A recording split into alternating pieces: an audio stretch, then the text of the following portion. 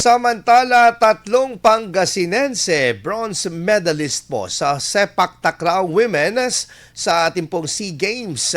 Para sa detalye ng good news na yan, ikwento mo, Idol Tita Ronnie.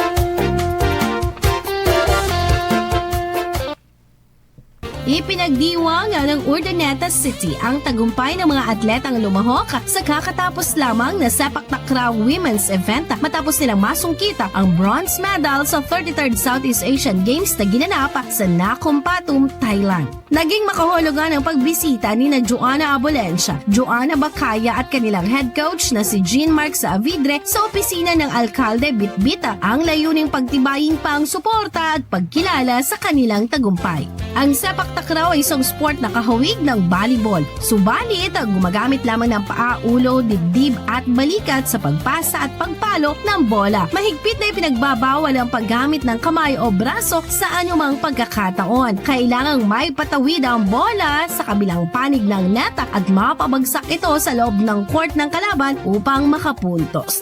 Nawa ang kanilang tagumpay ay magsilbing inspirasyon sa mga kabataang nagnanais matutunan at mahalin ang nasabing sport, lalo na sa mga paaralan. Samantala, magaganap naman sa darating na Nobyembre ang ASTAF Under-19 Asian Sepak Takraw Championship na gaganapin sa Maynila, kung saan inaasahang muling magpapamalas ng husay ang mga atletang Pilipino sa larangan ng sepak takraw. Yan ang ating good news for today. Ako si Idol Tita Ronnie Tatak, IFM.